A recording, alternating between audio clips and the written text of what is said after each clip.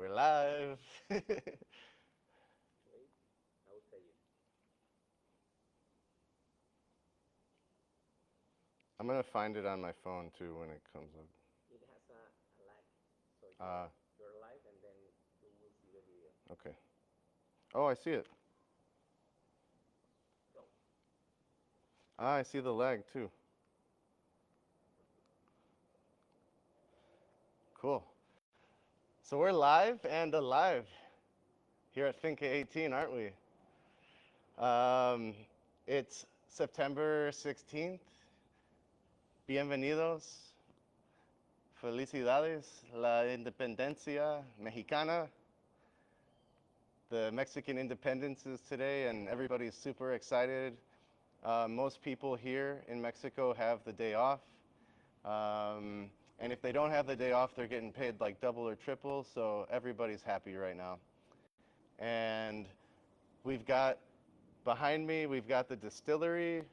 We've actually got some cows just right over there, munching on some good foliage right now. We have Chino hiding inside of the still, so if you see Chino pop out of the still, he likes to cool down in really dark places. He's a really funny dog. And in front of me, we have our beautiful distillates that are new.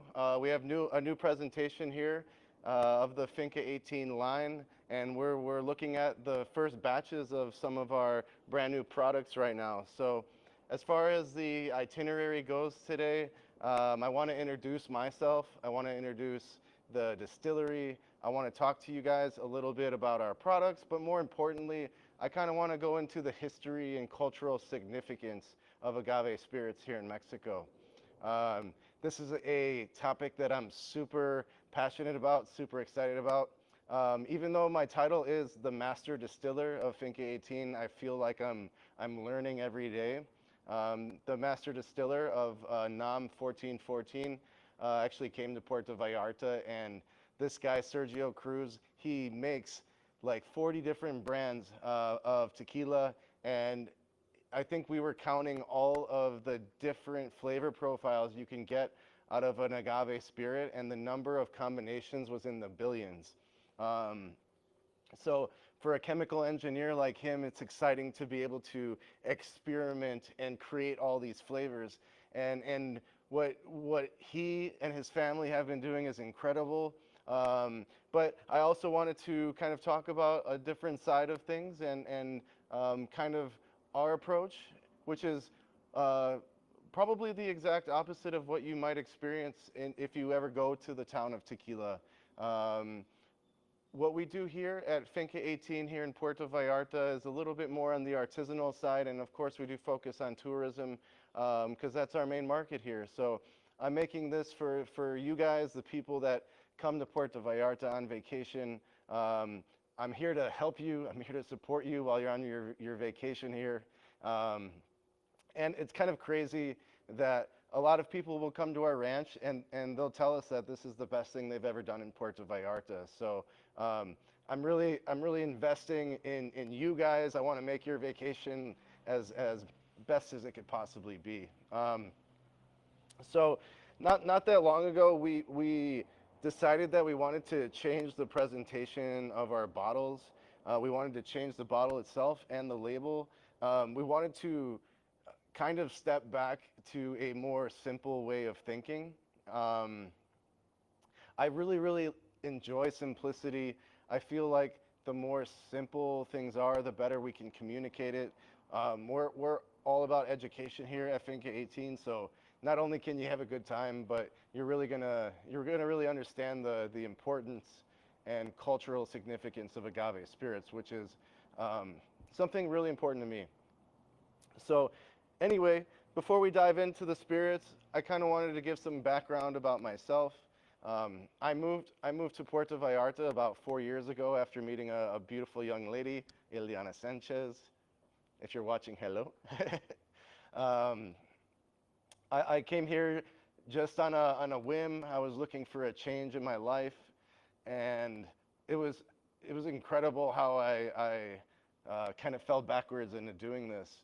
I never expected that I would be making alcohol it's kind of, I come from a civil engineering background, and you're gonna see that there's a lot of uh, chemical engineers, mechanical engineers, and civil engineers in alcohol making. I don't know if it's the industry that creates the engineers or the industry that creates the alcoholics, or the reverse, but pretty much every master distiller I talk to comes from an engineering background, which is something super unique, and I think really helped us start the distillery. So um, where we are now, the project started, Finca 18, Finca 18 started about 3 years ago.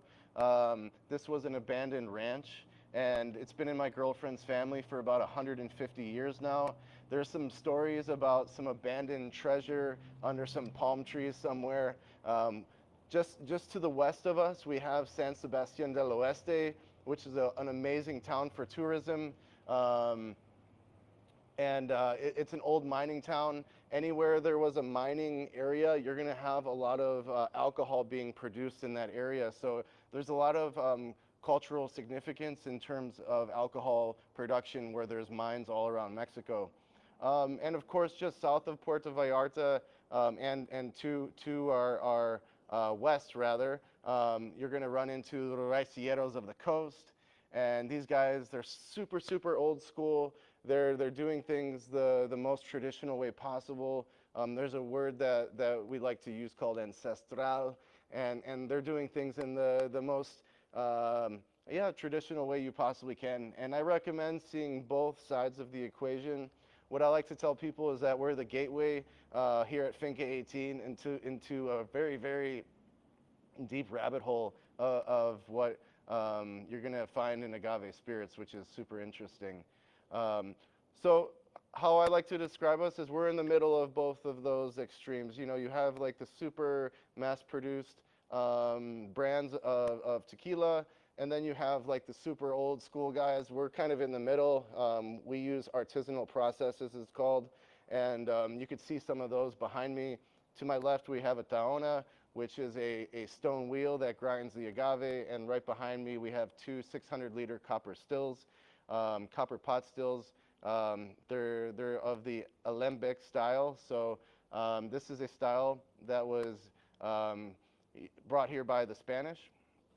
And to cook our agaves, we use an underground oven, which is the oldest way to cook agave you could possibly have. There's a new book that just came out too. It's called Tequila Wars. It's a history book in reality, but it has a lot of information about how the core families of tequila evolved over time, and I totally recommend reading it because it wasn't that long ago. Like Jose Cuervo, just 100 years ago, they were cooking their agave in hornos de pozo, it's called, like underground pits. They had over 100 in their distillery, and it just goes to show you, just not that long ago, even like the biggest tequila company today was using super artisanal, like traditional processes. But then with the invention or the era of industrialization, steam became a thing, and now you have like they're called diffusers to cook agave. But you could kind of think of our spirits as kind of more old school. We're technically considered an agave distillate. We can't put the name tequila on the bottle, not to say that in the future we're not going to be pursuing our own nom, but at this point we're a very, very small distillery. We produce about 6,000, 8,000 liters per year, which is like absolutely nothing. I would love it for one day we'll be able to be a part of the tequila denomination of origin, but for right now, we're going to be calling our spirits agave distillates. So as we go along through this live, if you guys have any questions, just feel free to drop it in the chat, and I'll do my best to answer them as we go through. But we're going to start with our Blanco. The Blanco has a white-throated magpie on it. This is a super common bird here on our ranch. For me, it's one of the most beautiful birds. It's the only blue bird we have on our ranch. We also have parrots and ducks and all these other really unique birds to this zone. All of our expressions are 40% alcohol besides our Pechuga. The base of everything we do. So everything that we're going to try today, it was in some form our Blanco. So I've got a bottle already open over here, and I'm just going to tell you guys our tasting notes off the top of my head. I really love our new batches. The more we produce, the better we get. And it's incredible the difference just like 1% improvement can make on your product over time. So like I don't know if it's Kaizen or some kind of, I'm really into Japanese philosophy and things like that, but I really like the idea of just improving 1% every time, and over time, over hundreds of batches, that 1% is going to really compound. And I mean, I don't know how many batches in we are, maybe 20, a little bit more. But the difference is night and day from our very first batch, which if you have one of those bottles of Mi Compa, save it to the batches we're making today. But it's all kind of similar processes. We're using an underground pit. We mill our agave either in the taona or a mulcher. We ferment in stainless steel, wood, and plastic. We're actually in the process of getting 2 more wooden fermenters, which I'm super excited about because I love the flavor that you get from a wooden fermentation. And then we have copper stills. Everything's copper. I love it. I love the taste. It really gives you a lot of mineral and metallic flavor, and every part of the process introduces a little bit of flavor in its own way. So how I like to taste, everybody has their own little way to taste an agave spirit, and I don't consider anything right or wrong. It's just kind of what's best for you. I think the important thing, though, is that, was Tio in the background with his shirt off? That's awesome. The important thing is that you taste the same way every single time. So I like to use a wine glass, specifically a white wine glass. Some people might use a Glencairn, or even yesterday Sergio Cruz from 1414 was using a cognac glass. The reason why I like this is just because it's easier to swirl. It's easy for me to get the liquid all the way around the glass, not only the bottom, but I could get the liquid pretty dang near the top for me, which is super important because when I smell it, I'll be able to smell it right away. As I'm swirling it, the liquid is still lingering around the glass, and this is creating a lot of flavor. After you're done swirling it, we like to look at the ring that it creates and just see how slowly the legs drip down. As I'm watching the legs, it's a sign. The slower it is, can tell you a couple different things. It could tell you how much alcohol is in there. It could tell you whether or not there's additives like glycerin. But the most interesting thing is it could tell you how many distillations this was too. So a third distillation like the Pechuga, the legs are going to drip down the glass a lot slower than a second distillation, which I have here. But as long as after you swirl it, you could see a nice little ring around it. You're going to realize that it's got a sufficient amount of alcohol. It's not like super thin, like 35%. A 35% alcohol would probably drip down the glass a lot faster than this one. But if you guys are just getting off of work right now and you're just getting to your house, I recommend just grabbing any tequila that you have in your cabinet right now. That way you can drink with me and enjoy this. So after we swirl it, we like to check color. And in order to check color, it's good to have like a white piece of paper and hold the glass on a 45-degree angle. And you want to look over the top of the glass. What we're checking is color and clarity. So I like to use it as like a magnifying glass. You could see the pores on my skin really well. I wish you could kind of see this in the camera, but you could see the pores of my skin really well, the hairs of my skin, just by looking through the glass and the alcohol. The next thing what we're going to do is, after checking color and clarity, we're going to go in for our first sniff of the day. Typically, I like to smell the spirit before I open it up. I got a little excited, so I opened it up already. But you could smell it before agitating it. And I like to smell with my mouth open and the glass on a 45-degree angle, just like this.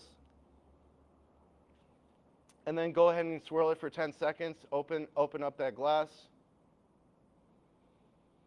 And smell it again. 45-degree angle, your mouth open. This is super important. I noticed a night and day difference when your mouth is open and not open. Yesterday, Sergio Cruz was talking about how he likes to taste things, and he'll even go as far as tasting from all three sides of his body. So he'll do something in the front, smell it, and you'll actually get a different smell on your right-hand side because it's a different side of your brain. And then you can even go to your left side and get a completely different smell. Manuel dice saludos, Goyo. Ah, Manuel, saludos, chido. Bienvenidos. You could detect a lot of flaws when you're smelling on the left side of the glass. And you might get a lot of off flavors like soap or cardboard and things like that. And on the right side or in the middle, you're going to get a lot of more fruity notes, floral, herbal, and things like that. So just experiment with how you smell, which side of your body you're smelling on, and then how you're smelling around the glass as well. I like to smell from the bottom. I like to agitate it again, smell from the top. And then I'd like to just rattle off a couple things off the top of my head. I don't want to sit here all day and say, okay, today I smell Jolly Ranchers or Skittles and sit here for half an hour and talk about everything I'm smelling. I think the first 3 to 5 things that come off of your head is sufficient. If you come up with 5 things right away, you could probably safely say that this is a complex spirit. So I haven't really thought of anything yet. I'm going to kind of reset myself and smell again and tell you some of my tasting notes with this Blanco.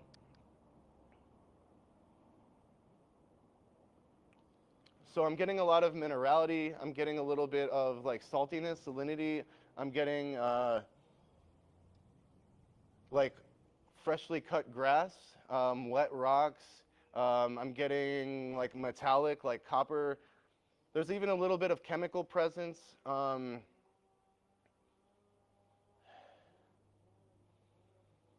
Yeah, and lastly, there's a couple of notes there like bananas and pineapple, as well as mustard too. So that completes the nose. I don't want to, like I said, I don't want to go too in depth. As we're smelling, as we're tasting, we want to think about where these smells and tastes come from. So which part of the process, like why, if I get some smoky notes, where does that come from? Why am I getting that? Is it from the oven? Is it from distillation? If it's super floral or super fruity or super mineral, is it coming from the tahona? Is it coming from fermentation? Is it coming from the raw material, right? The cooked agave is the most important material that we're using here, right? So the agave takes anywhere from 6 to 8 years to grow if we're using the blue agave like these agaves here. And these agaves came from a super mature field. A lot of these agaves had quiotes, the agave flower, growing. And so it's a really good sign of maturity. There's a big glut of agaves on the market right now, so you're going to see a lot more mature agave fields. However, you're also going to be seeing a lot of agave that haven't been taken care of properly. So with the amazing mature agave being on the market, there's also going to be some really poorly taken care of agave as well. So you're going to have a few different qualities because people are just kind of getting rid of it. Okay, let's move on to tasting. Since it's my first taste of the day, I like to just get my lips wet, get my mouth wet. Thank you, Clayton Check, for this tip. Basically, what we're going to do is we're just going to put a little bit of liquid in your mouth. Get it around your lips. You're going to want to get it all over your mouth too, and then just go ahead and swallow. And you don't want to think about anything. Like I've probably tried over 3,000 different agave spirits in my time here in Mexico the last 4 years, probably more now. You never want to really think about that first sip. As you're tasting, the spirit's evolving over time. But that very, very, very first sip that you take of the day, don't even think about it. Just kind of compartmentalize it somewhere else and just throw it away. because all we're doing is we're just trying to warm the body up. Now let's go in for another sip.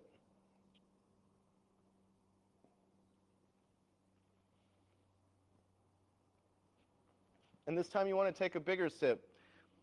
And you want to be able to coat your entire tongue. Sometimes I like to tilt my head back and just feel the liquid slide across your tongue. And I'm not even thinking about flavors at this point. I'm just thinking about mouth feel. I'm thinking about coating.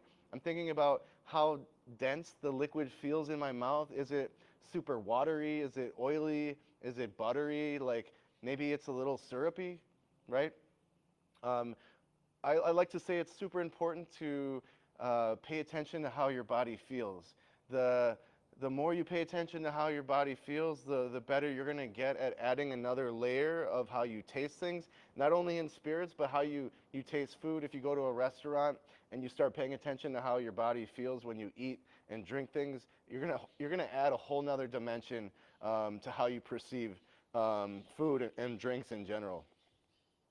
So for me, this spirit is, I would say it's not quite oily. It's a little thin. It's a little bit less than oily, but it's not super watery either. And we're going to really see the difference as we go down the line. It's going to kind of thicken up just based on the processes. But most importantly here, does this taste like an agave distillate made from blue agave should taste like? And I have to say, yes, it does, with the exception of a couple processes that we use. We use the underground pit, which you don't really find that much in tequila making. There's a couple producers, but there's not that many. So it's going to introduce a little bit of new or different flavors.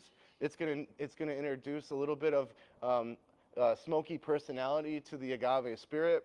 So what we're kind of drinking is kind of a hybrid between a tequila, mezcal, and raicilla, which is something super crazy. We're in the tequila region, we're working with tequila agaves, but we're also using processes for mezcal and raicilla. And the more you travel around Mexico, the more you're going to open your mind up, and the more you're going to realize is that there's really no black and white. There's a continuum of different processes, different flavors, different expressions, different ways people just like to drink in general. In Oaxaca, they're definitely not going to give you a wine glass to try their agave spirits. Is there a question, Reyes? Damian says excited to come back in October. Yeah, Damian, we're excited to have you, man. And if I'm not mistaken, you might be a member of the our private membership that's called La Cava Privada. And if you're not a member and you're coming back, I definitely suggest it. La Cava Privada is our private membership we have here at Finca 18, and we have our founding members, and then we also have a few people who have came through the ranks who are super excited about our distillates. It's an incredible deal. Only for 3,000 pesos, you get 2 bottles of Finca 18 and 2 free tours, and we could ship the bottles all over Mexico. So I say the Cava Privada is the best thing to do, especially if you're coming back here and you visit us before. So hopefully we'll see you again. Anyway, this whole topic just excites me so much, and of course I could talk for hours, but we have to get through this, right? Anyway, if you guys have any questions, just drop them in the chat. We're in the middle of trying our Blanco right now, and I wanted to just talk about some of the flavors that are coming off the top of my head.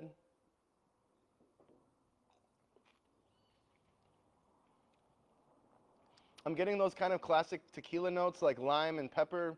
I'm also getting a little bit of like dryness in my mouth, some chalkiness. It kind of reminds me of like a Merlot when you drink it and it's kind of like drying your mouth out.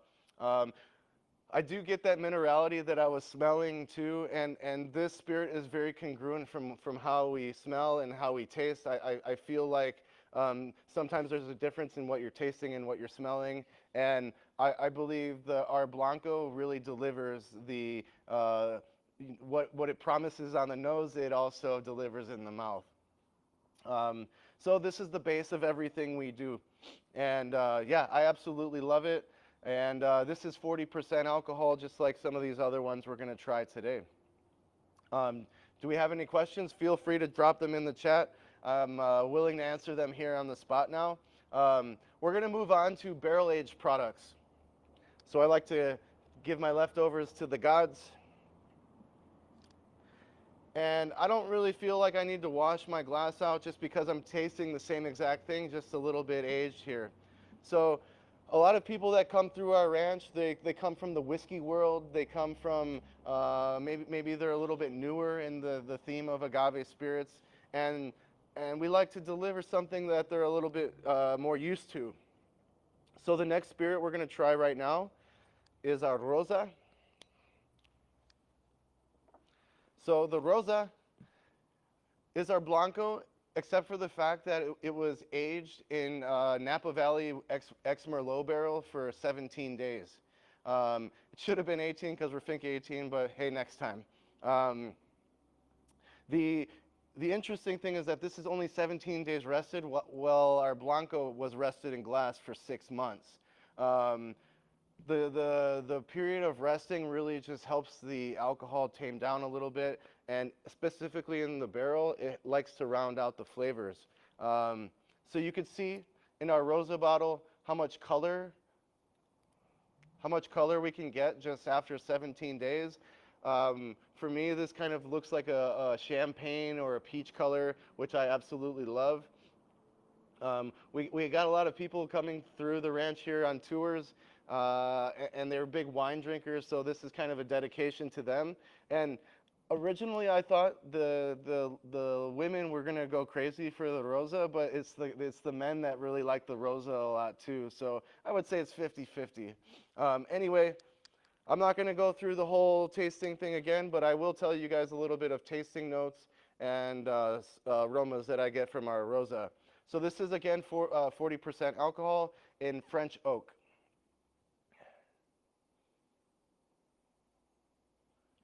And on this one, we're getting a little bit deeper expressions, a little bit deeper fruity notes like black cherry or like a darker colored cherry. We're getting like raspberries, like fully ripe raspberries. Just like super red, super dark fruits, maybe cranberry, a little bit of peaches as well.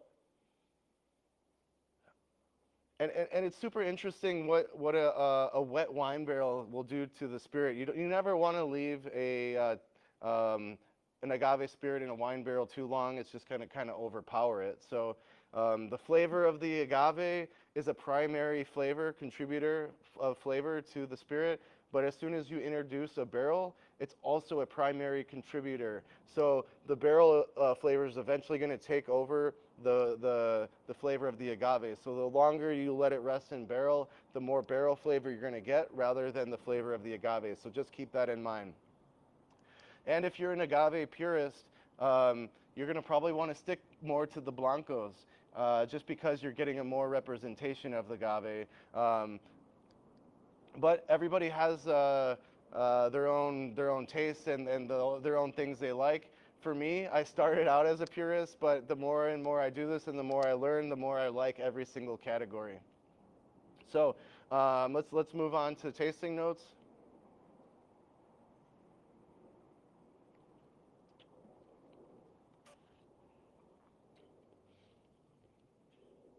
Wow.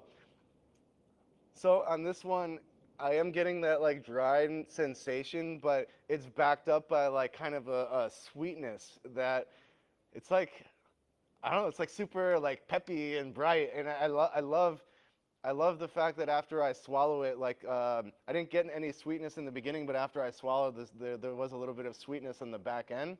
I would say the aftertaste, we want to think about the finish too. The aftertaste on this lingers a long time, which I really like, especially if the aftertaste is good. If it's a bad aftertaste, you just kind of don't want to keep it around too long. You know, it's like if you ever drink some Malort or something like that, or some kind of anise spirit, you might get like a pucker up kind of thing, and you would just want to forget that taste. But in this case, the taste stays around a really long time. It's very persistent. I want to keep coming back to it the more I think about it. And I mean, you probably just visually saw me how excited I got from this one to that one. Just it's kind of a night and day difference, right?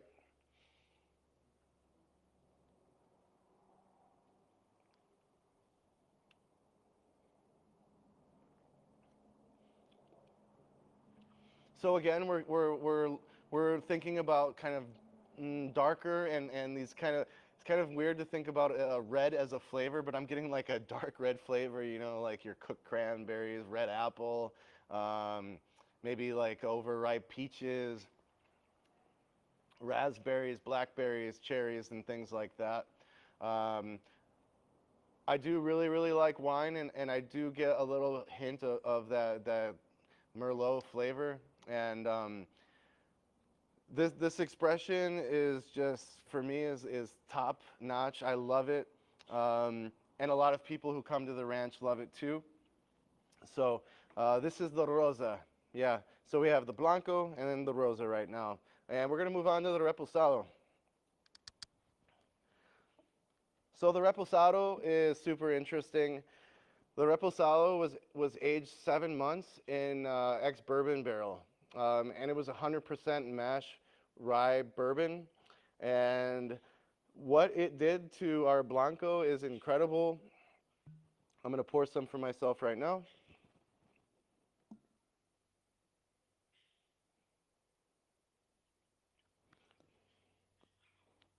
How you guys doing, by the way? Everybody good? Who's coming to Puerto Vallarta? I mean, I'm here full time, but you know, it's been a pretty interesting season this year, and we're super excited to welcome all the people coming to Puerto Vallarta between October and March. If you are coming to Puerto Vallarta, make sure you go to finca18.com and check out our offering of tours. We have a whole new tour selection now. Some of our tours include bottles, and in my opinion, it's a super incredible value, especially the premium and the luxury tour. We packed a lot in the tour, and it just is a really good value for what you get. So as we're moving on to the Reposado, typically a Reposado can be aged a minimum of 2 months. So if we think about the Rosa, Rosa is still kind of a Blanco. It was aged under 2 months, so we can't call this a Reposado if we wanted, but here we have 7 months. So a lot of people will bottle their Reposados a lot earlier to save the flavor of the agave or to just introduce a little bit of oak.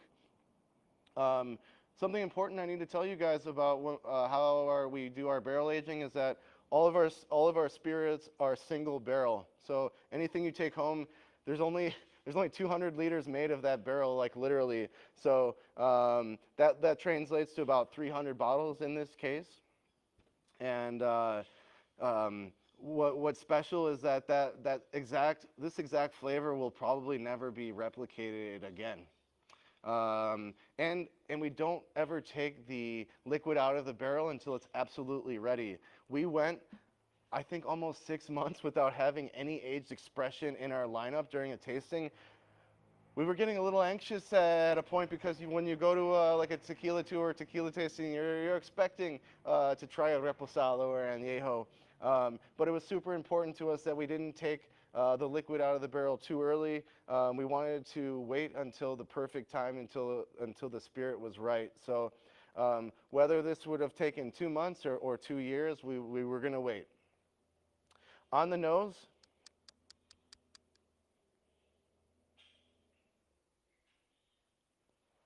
wow. On the nose, I'm getting a lot of tropical fruit, more on the yellow color side. So we're thinking about pineapple, we're thinking about plantain, banana.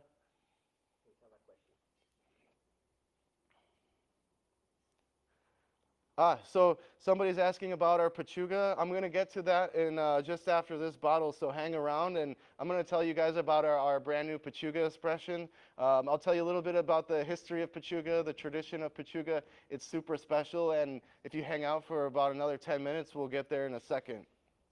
The Reposado is aged in American oak.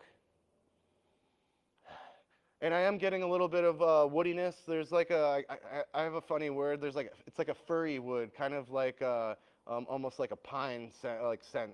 Um, and just like these super like yellow, these yellow aromas. Even like a little bit of melon, peaches. Awesome. We're gonna move on to the tasting.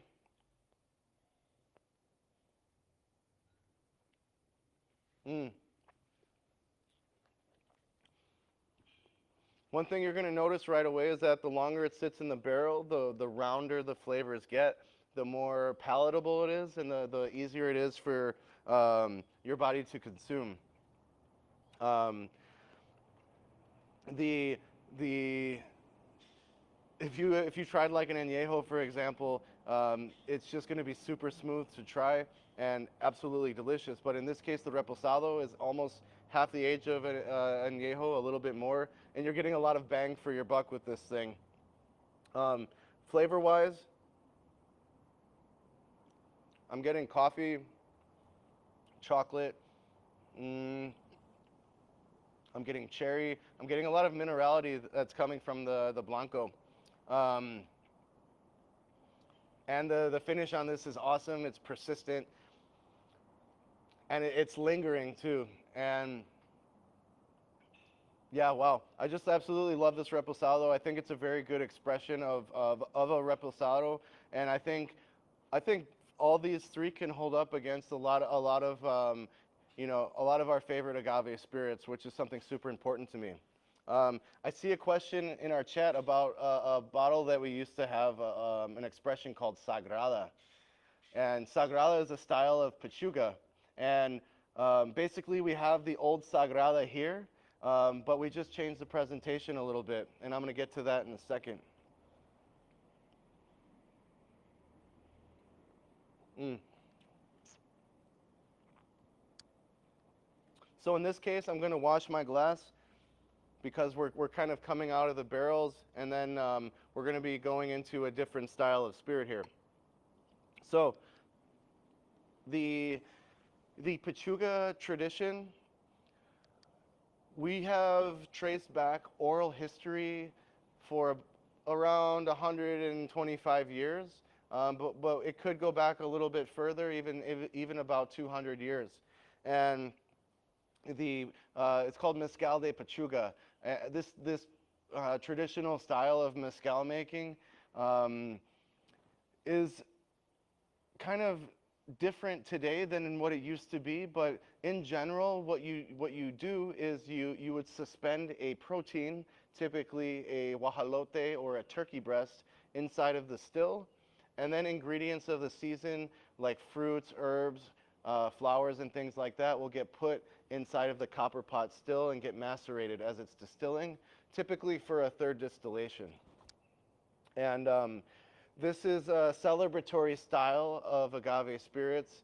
It's something that a lot of people will bring to a party or a wedding or quinceañera or something like that traditionally. But today it's a very general category, and you're going to find a lot of different styles. I particularly love this category just because it's a chance for me to express myself and express a little bit of creativity.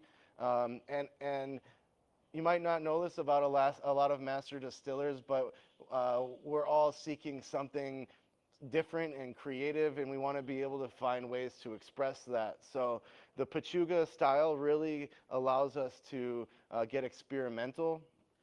And in this case, I'm super excited about the mission for this Pechuga. We used to call this bottle Sagrada, um, and it's a very seasonal spirit for us. And in this case, we only made 141 bottles, so we'll use our small 170 liter still. And what we're going to do in this particular case is that we use organic duck breast. We have the organic duck breast wrapped in prosciutto. That gets suspended inside of the copper still. And then in the liquid, we have macadamia nuts, we have seaweed, we have shiitake mushrooms, we have black garlic, we have caramelized plantains here on the ranch. And the objective of this bottle was to create an umami bomb. And sometimes I like to get a little bit aggressive or to the point with what we're trying to do. Like you can be delicate, but also you could be straight to the point. And I feel like this is like a Thanksgiving feast in a bottle. This is perfect for this time of year. We're kind of easing out of summer, coming into fall. And this is something you're going to want to whip out for your next barbecue during Halloween, during Thanksgiving and Christmas. And it's actually a really fun conversation piece. Mexico was one of the only countries in the world that would distill with a meat. And the meat is an important ingredient in this, but also we want to talk about the other ingredients as well, like the fruits and herbs of the season and things like that. It kind of gets, the other ingredients kind of get washed away with the excitement of the different proteins people can put in there. Some people use rabbit, iguana, deer, chicken, turkey, in this case duck, whatever protein you can find. I guarantee you that a Mexican has used it to use their Pechuga style. But anyway, let's pour a glass of this. This is our new expression. Make sure you're tasting your agave spirits at room temperature. And I don't mean Vallarta room temperature, I mean room temperature in the United States in your house. We have to be very careful with how we store our alcohol. We try to keep our storage rooms as temperature controlled as we possibly can. You don't want to get a lot of light on your bottles, especially over the long term when you're storing. But for example, it's like 30 degrees Celsius today. That's not going to fly. You don't want to drink a hot agave spirit. It's just not going to be fun. But in this case, we do cool the spirits down a little bit to room temperature. So we like to taste it at 18 to 20 degrees Celsius. All right, guys, let's go in for the nose. I'm super excited about this one.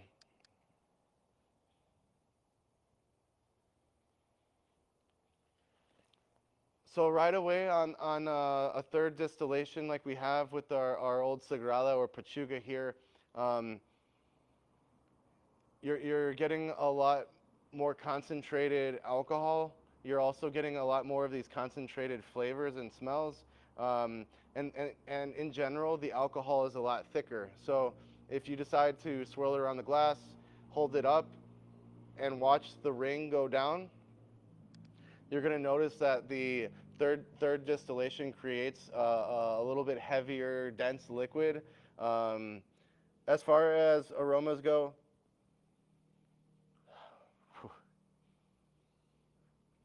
this is kind of interesting. We're kind of getting like these like spicy like Mexican candies. So like I'm getting a lot of sweetness, but I'm also getting that chili note. I forgot to mention that there's ancho chili in here. So it's like I don't have a lot of experience with these like mango chili pops. It's like a very traditional Mexican candy that's a little spicy, but it kind of reminds me of these like mango chili pops. Is there a name for that, Regis? Not entirely. Okay. Like typical Yeah, pretty much. candy. Pretty much any of these Mexican candies you could find in OXXO, they kind of all have this sweetness and a little bit of spiciness to them, and that's kind of how I feel right now, at least on the nose. Again, plantains, mango, pineapple. We're getting a little bit of like bacon or brininess. We're getting a little bit of like the fattiness, probably from the duck.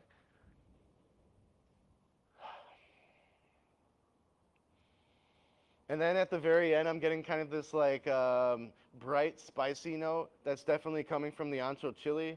Ancho chili is kind of this like dried spice, this dried chili rather, and you get a little bit of like smokiness from it. Okay, guys, let's go in for a taste.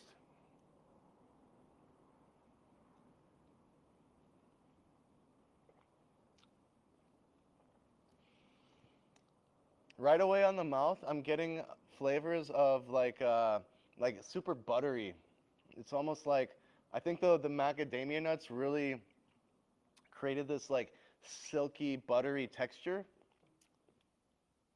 And Yeah, just like the first things that come to my mind are brininess, butteriness.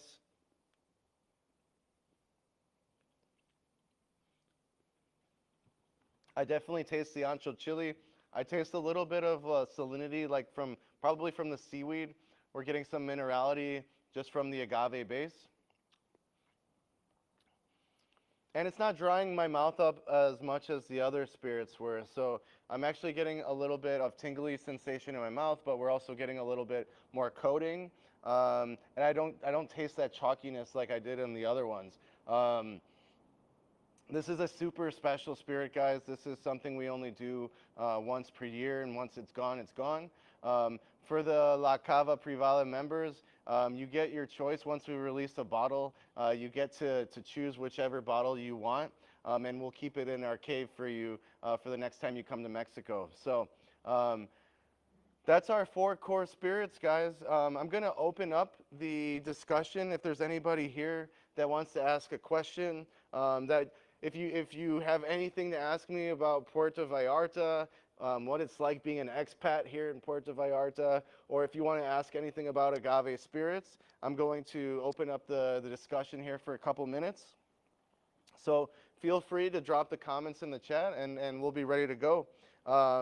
Otherwise, while we're waiting for the comments to come in, I wanted to kind of just discuss kind of what we're doing here in the first place. We're doing a live test right now. We plan on doing a lot more lives in the future, and it's not going to just be me talking about our spirits to you guys.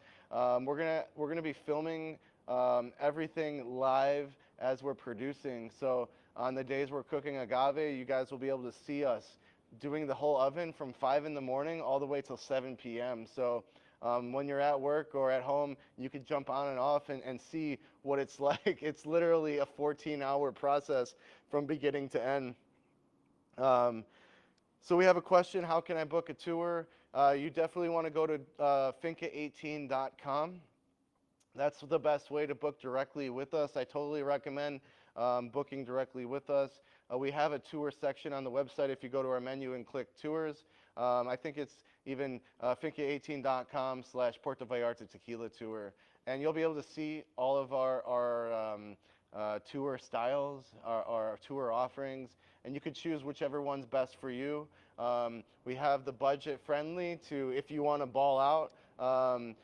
It's important to note that we're doing our best to make most of our tours private. We want to create a very engaging experience here, a private experience. So we want you guys to come here. You're going to get your own dedicated guide, and you're going to be with that dedicated guide the entire time. And you're going to feel super safe. You're going to feel super comfortable. And it's kind of nice just to have this whole dang ranch to yourself. So. Okay, so we are going to be, we're at the golden hour right now. The sun's setting. You can see it hitting the bottles. And it's about time to wrap up this thing. But anyway, if you're coming to Puerto Vallarta, I can't wait to see you guys. I'm going to be here at the distillery. You're going to see me working my ass off in production. We have a lot of good guides here that are going to help you through your tour. And whether you're here with a couple, with your significant other, you're here for a bachelor party or a family reunion or anything like that, we're going to find ways to accommodate you. And we hope to see you guys here in the future. Make sure you go to our Instagram, TikTok, YouTube, and Facebook because we're doing different things all over. YouTube in particular is something super special. We're doing a lot of interviews with local bartenders, and you're going to be getting a lot of local recommendations, not just from us, but from the important people that represent Puerto Vallarta. We're really trying to take care of the hospitality community here, and we actually love it. So it's something that we're passionate about. We love animals here. We love helping out the agave spirits community and also the hospitality community as well. So if you're still watching, thank you guys, and we hope to see you guys on our next live. Thank you, and take care.